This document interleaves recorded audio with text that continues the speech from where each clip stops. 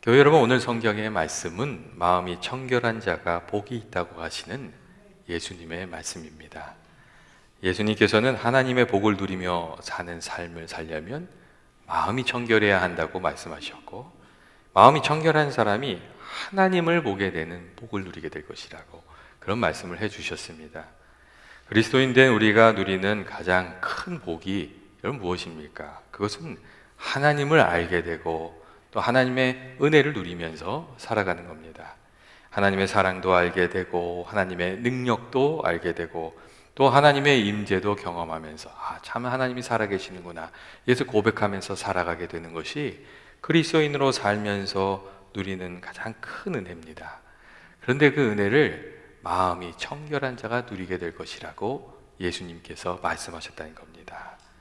여러분, 우리가 마음이 청결해야 하지 않습니까? 마음이 이렇게 청결하지 않으면, 깨끗하지 않으면 보아도 보지 못하고 들어도 듣지 못하는 일들이 많이 일어납니다. 우리가 이제 바둑이나 장기를 두다 보면 그런 때가 있잖아요.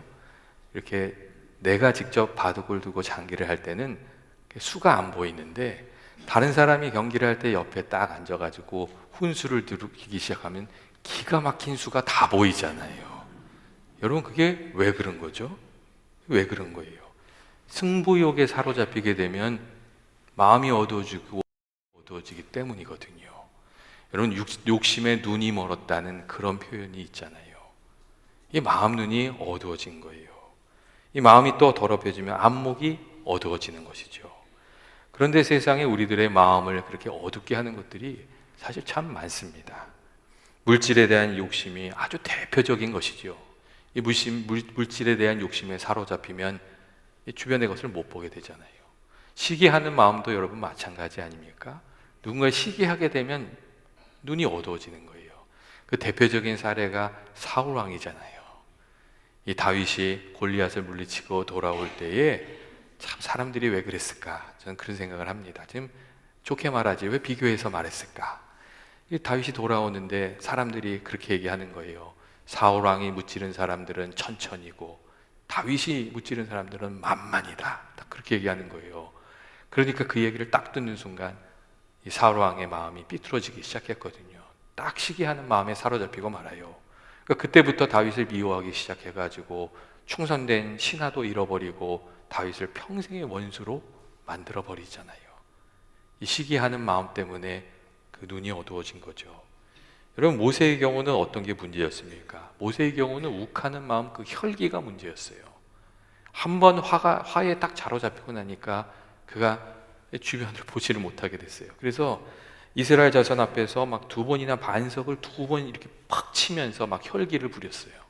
그러니까 하나님이 나중에 그 가나안 땅에, 요단강 건너 가나안 땅에 들어가는 그 은혜를 거둬가시잖아요. 못 들어가고 말았어요. 여러분, 다윗은 어떻지요? 성적인 유혹에 사로잡혀서 마음이 어두워졌고 부하의 아내를 빼앗고 그 다음에 계략을 꾸며가지고 그 남편을 죽게 만드는 악한 죄를 짓고 말았습니다. 이 유혹 때문에 마음 눈이 어두워져서 하나님을 보지 못한 거예요. 그 유혹이 찾아올 때 하나님을 한 번만 생각했으면 얼마나 좋을까. 그랬으면 그 유혹에 넘어가지 않았을 텐데 마음 눈이 어두워지니까 하나님이 보이지 않고 하나님이 보이지 않으니까 그릇된 길로 가고 말았던 거거든요. 근데 오늘날에도 이러한 성적인 유혹의 문제가 상당히 심각하지 않습니까?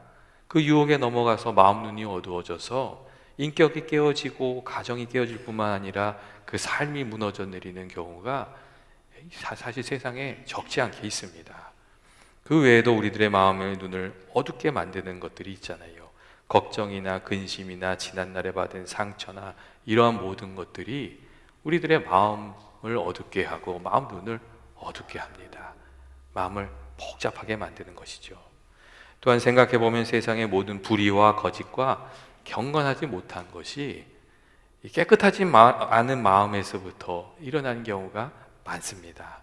폭력이나 전쟁이나 범죄나 사람들을 무시하고 차별하는 어떤 불평등이나 이런 것들이 다 인간의 타락한 마음으로부터 이렇게 다 쏟아져 나오고 있습니다. 깨끗하지 못한 마음, 세속에 물든 정결하지 못한 마음으로부터 문제가 나오는 것이죠. 그렇게 되기 때문에 또 우리들의 삶이 어려워지는 거잖아요. 그런데 거기에 더해서 예수님께서는 마음이 청결해야지만 하나님을 보게 되는 것이라고, 만나게 되는 것이라고 그런 말씀을 해주고 계십니다. 여러분, 예수님이 말씀하신 마음이 청결하다, 이 얘기는 무슨 뜻입니까? 이 마음이 청결하다, 깨끗하다 하는 것은 그 마음에 더러운 것이 없다는 뜻을 가지고 있습니다. 이 본문에 나오는 청결하다는 이 단어는 카다로스라는 단어인데, 이 단어는 몇 가지 상황에, 한 3가지 정도 상황에 쓰임을 받는 단어예요. 근데 그 첫 번째가 더러운 것이 다 씻겨 내려갔다 하는 뜻이 있어요. 그러니까 옷을 깨끗이 빤다는 뜻이 있어요.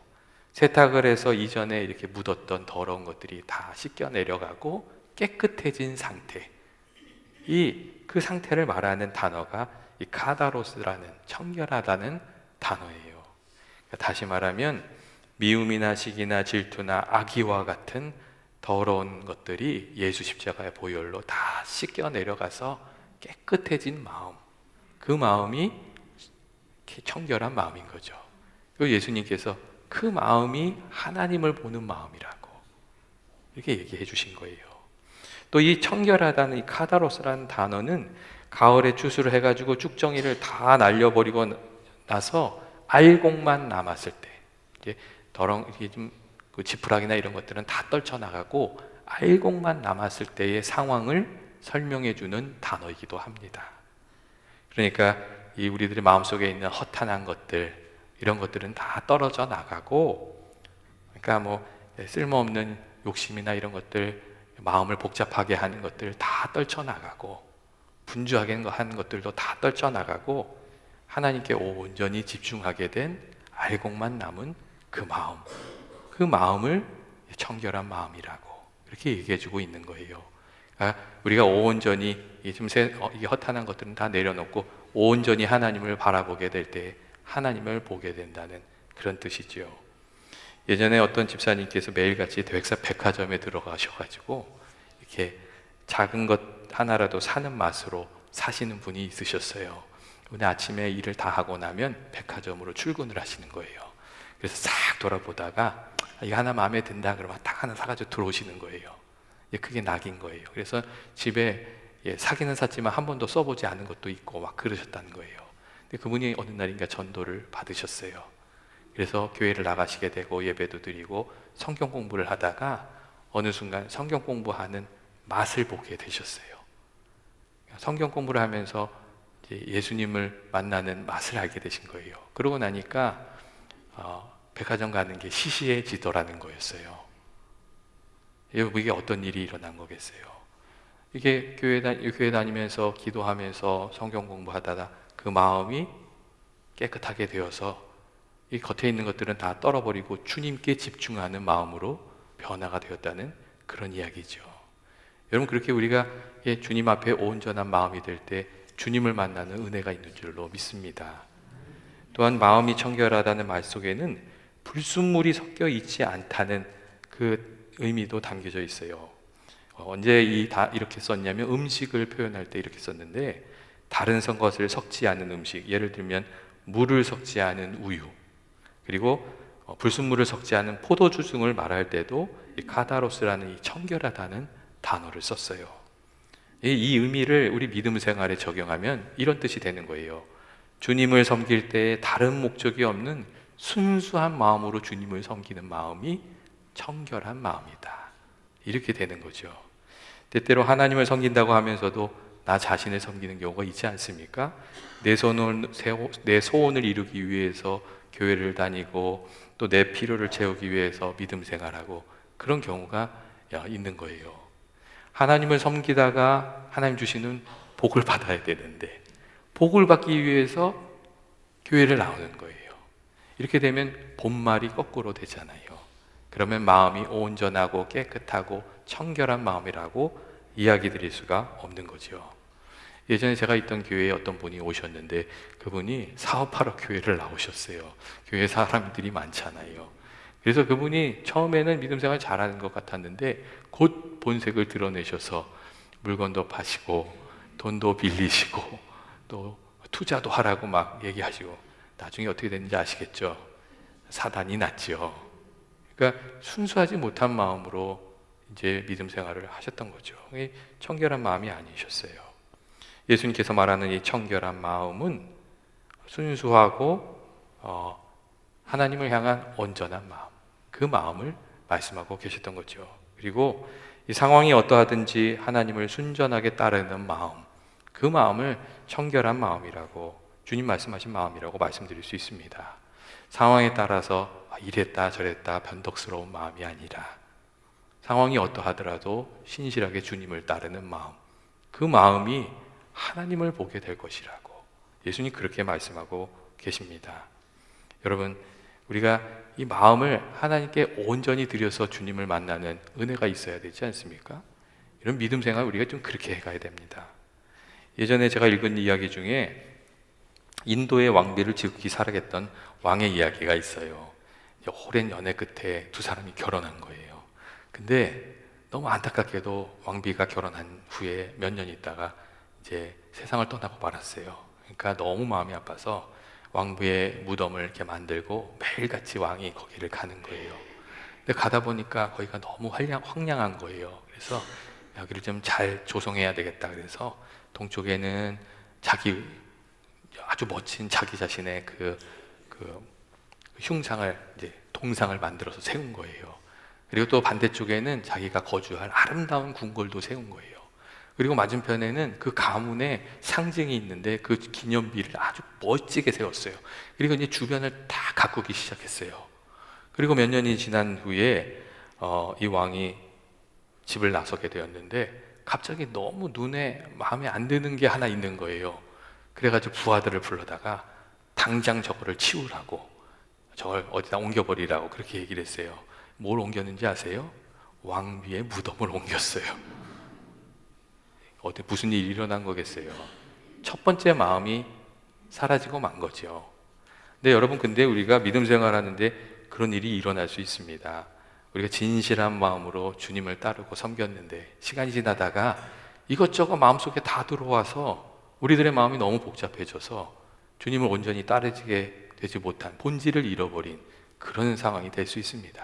우리가 늘 깨어서 기도하면서 살아야 되는 줄로 이렇게 생각합니다. 어떻게 우리가 우리 마음을 청결하게 지키면서 또 청결하게 하면서 살 수 있습니까? 여러분, 날마다 말씀에 비추어서 이렇게 살아야, 그리고 우리의 부족함을 바로잡으면서 살아야 깨끗한 마음으로 살아갈 수가 있습니다. 말씀의 거울에 비추어서 날마다 자기 자신을 살피면서 살아가는 사람하고 그렇지 않은 사람은 나중에는 차이가 납니다.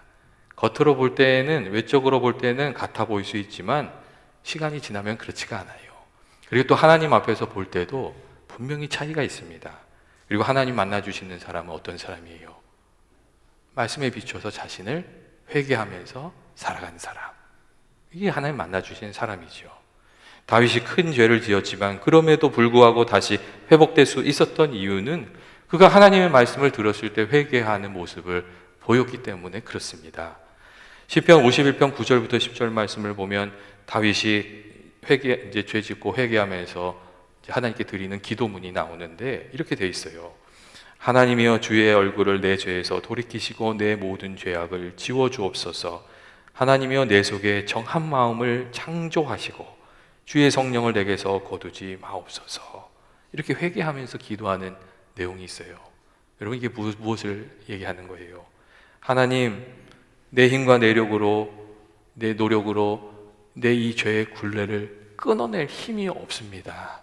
하나님 아버지, 내 마음에 정한 마음을 좀 창조하여 주세요. 이렇게 기도하는 거예요. 그리고 주님, 나를 버리지 말아주세요. 주의 영을 저에게서 거둬가지 말아주세요. 이렇게 간절히 기도했던 거예요. 그러니까 하나님께서 그를 다시 받아주시잖아요. 여러분, 우리들 중에 허물이 없는 사람이 있습니까? 허물이 없는 사람이 아무도 없습니다. 그래서 성경이 의인은 없나니 하나도 없다고 그렇게 얘기하고 있잖아요. 단지 회개하는 죄인이 있고 회개하지 않은 죄인이 있는 거죠. 그리고 하나님께서 만나주시는 은혜를 누리는 사람들은 회개한 죄인인 줄로 그렇게 생각합니다. 여러분, 우리 자신을 이렇게 좀 바라보면서 살아야죠. 둘째로, 우리 마음을 청결하게 하는 길은 우리 마음에 하나님 말씀을 부지런히 담고 선하고 아름다운 것을 우리들의 마음속에 채우면서 여러분 살아가는 겁니다. 여러분, 제가 종종 얘기하지만 우리 마음이 뭐하고 같다고 그러죠? 항아리하고 같아요. 그래서 그 마음속에 더럽고 추한 것을 채우면 이게 더럽고 추하게 되고, 그 안에 아름답고 선한 것을 채우고 하나님 말씀을 채우면 시간이 지날수록 아름답고 깨끗해지는 거예요. 무엇을 채우는가 하는 것이 중요한 것이거든요. 그래서 이 농담으로도 이렇게 안 좋은 농담, 추한 농담 그렇게 하는 게 별로 도움이 되지 않습니다. 여러분, 그게 마음에 담기기 때문에 그래요. 그리고 우리 선조들 중에 참 지혜가 있다고 제가 종종 얘기 드리지 않습니까? 선비들이 하루 일과를 마치고 집에 들어오면 뭘 씻었는지 아세요? 눈을 씻고 귀를 씻었어요. 하루 종일 이렇게 살면서 말아야 될 것을 보았으면 눈을 씻고, 듣지 말아야 될 말을 들었으면 뭘 씻었다고요? 귀를 씻었어요. 아주 상징적인 행동이죠. 하지만 그 마음을 지키면서 살아가는 지혜가 거기에 있었습니다. 하나님의 말씀을 부지런히 넣으면 더럽고 추한 마음이 밀려나가면서 하나님이 원하시는 깨끗한 마음으로 우리가 변해가는 겁니다. 특별히 하나님 주신 말씀에 순종하며 살아가면 그 말씀이 더욱 힘을 얻어서 우리들을 바꾸어내게 됩니다. 우리가 겸손으로 순종하면 겸손한 마음으로, 우리가 사랑의 명령에 순종하면 사랑의 마음으로, 주님이 하신 말씀에 순종하면 그 말씀이 힘을 얻어서 우리들의 삶을 바꾸어내게 됩니다. 그렇기 때문에 베드로전서 1장 22절 말씀을 보면 너희가 진리에 순종하여 너희 영혼을 깨끗이 하여 거짓 없이 형제를 사랑하기에 이르렀다 하는 말씀이 있습니다. 하나님 주신 말씀이 있습니까? 그 말씀에 순종하여 그 말씀을 내 안에 채우고 그 말씀으로 내 영혼을 깨끗게 하면서 살아가는 저와 여러분 되시기를 원합니다. 여러분, 우리가 이 말씀을 드릴 때 그 말씀에 순종하면서 나아가는 힘이 있어야 돼요. 그래야 우리가 우리 삶을 믿음으로 지킬 수 있어요. 근데 우리가 그 끈을 딱 놓치잖아요.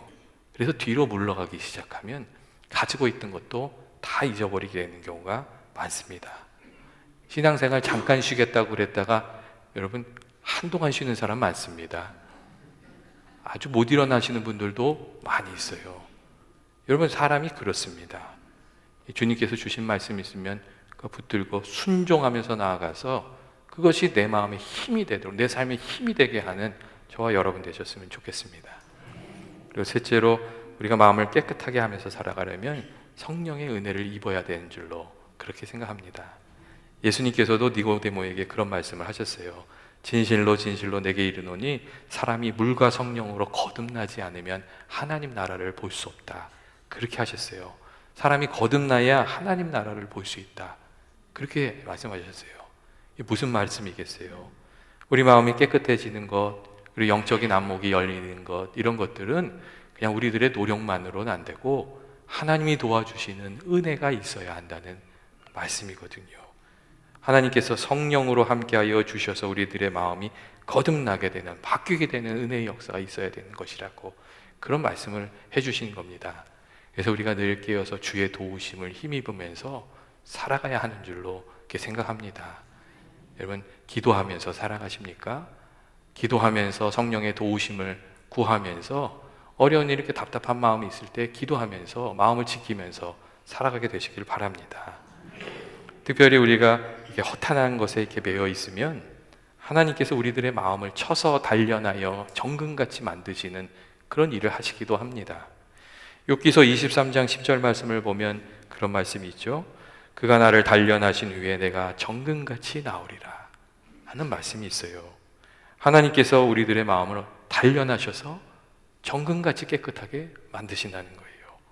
때때로 실패나 고난과 같은 어려운 일들로 우리들의 생각이 허탄한 것에 매여 있지 않도록, 잘못된 길을 가지 않도록 하나님께서 우리들을 단련하시는 그런 때가 있습니다. 그래서 어떻게 생각하면 이럴 수도 있어요. 우리들의 삶 속에 찾아오는 환난이나 고통이나 아픔은 우리 신령을, 우리 애들의 마음을, 우리의 심령을 하나님께 집중하게 하고 또 신실하고 깨끗하고 겸손하게 만드는 하나님의 비상조치라고 그렇게 이야기 드릴 수도 있습니다. 우리가 무엇을 잃어버리기도 하고 배신을 당하기도 하고 비난을 당하기도 하고 여러분 그렇습니다. 그런데 그런 많은 시련 속에서 우리가 하나님을 생각하게 되는 것이죠. 그리고 하나님께 소망을 두게 되고 하나님을 더욱 의지하게 되고 또 그 가운데 하나님을 알게 되는 거죠. 우리들의 마음이 깨끗하여져서 하나님을 알게 되는 것이죠. 그리고 우리들이 마음이 청결해질 때 하나님의 복을 누리면서 살아가게 됩니다. 하나님을 알게 되는 은혜가 있을 뿐만 아니라 우리들이 이게 마음이 깨끗해지면 하나님만 잘 보이는 게 아니에요. 사실 우리 자신도 잘 보이게 돼요. 그러니까 내가 뭐가 문제인지, 내가 뭐가 장점인지, 주시는 내가 뭔지 사실 잘 모르고 살잖아요. 근데 눈이 밝아지면, 마음이 밝아지면 나를 분명히 보고 나를 알고 살아가게 되는 것이거든요. 그리고 세상이 돌아가는 것도 밝히 보면서 하나님 주시는 지혜로 살아가게 되는 줄로 그렇게 믿습니다. 하나님 주시는 성령님께서 주시는 밝은 지혜를 가지고 살아가는 저와 여러분 되시길 원합니다. 고난의 시간이 다 지나고 욥이 하나님을 만났을 때 욥기 42장 보면 그렇게 돼 있어요. 내가 귀로만 들었으나 이제는 눈으로 주를 배움나이다 하는 말씀이 있어요. 예전에는 지식으로만 하나님을 알았어요. 근데 이제는 내 마음으로도 아는 거예요. 하나님이 살아계시고 나를 사랑하시고 나의 힘이 되신다는 것을 고백하면서 살아가게 된 것이죠. 제가 마지막으로 한 가지 이야기를 좀 나누려고 합니다. 그 아프리카 선교지에서 오랫동안 선교사로 일하셨던 스티븐 링스라는 목사님이 쓰신 예수님을 얻고 가는 아프리카 당나귀라는 책이 있어요. 제목이 재밌죠. 거기에 이제 여러 가지 이야기가 있는데 그 안에 청소부로 고용된 한 아이에 대한 이야기가 있습니다. 이 빈민촌에서 그 아이가 이 쓰레기를 이렇게 주워가지고 이제 하루하루 살아가는 그런 아이였는데 그 아이를 너무 불쌍하게 생각한 선교사님 사모님이 그 아내가 그 아이를 데려다가 집을 청소하는 청소부로 고용을 한 거예요.